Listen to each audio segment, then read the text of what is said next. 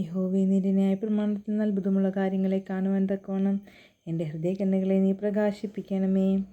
അനന്തരം ഇസ്ഹാക്ക് യാക്കോബിനെ വിളിച്ചു അവനെ അനുഗ്രഹിച്ചു. അവനോട് ആജ്ഞാപിച്ചു പറഞ്ഞത്, നീ കനാന്യ സ്ത്രീകളിൽ ഭാര്യ എടുക്കരുത്.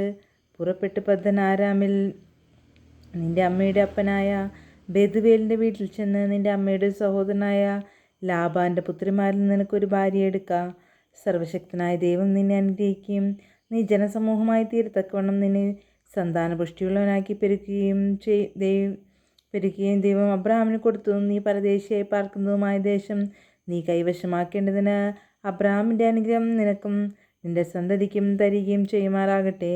അങ്ങനെ ഇസ്ഹാക്ക് യാക്കോബിനെ പറഞ്ഞയച്ചു. അവൻ പദ്ദൻ ആരാമിനായ ബെഥുവേലിൻ്റെ മകനും യാക്കോബിൻ്റെയും ഏശാവിൻ്റെയും അമ്മയായ റിബേക്കയുടെ സഹോദരനുമായ ലാബാൻ്റെ അടുക്കൽ പോയി. ഇസ്ഹാക്ക് യാക്കോബിനെ അനുഗ്രഹിച്ചു. പദ്ദൻ അരാമിൽ നിന്നൊരു ഭാര്യ എടുപ്പാൻ അവനെ അവിടേക്ക് അയച്ചു.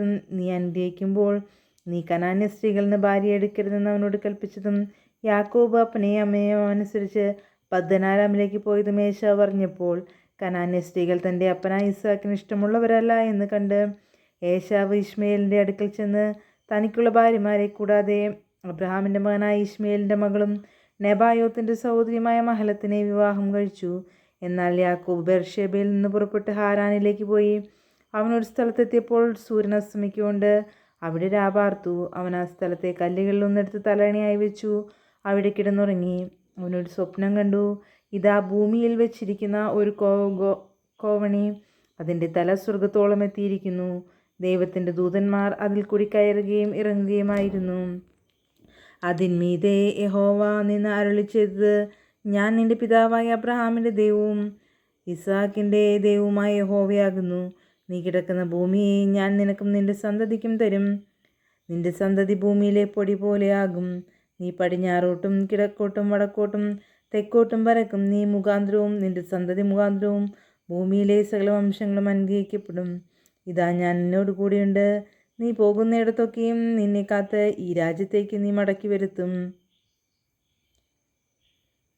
ഞാൻ നിന്നെ കൈവിടാതെ നിന്നോട് അരുളി ചെയ്ത് നിവർത്തിക്കും.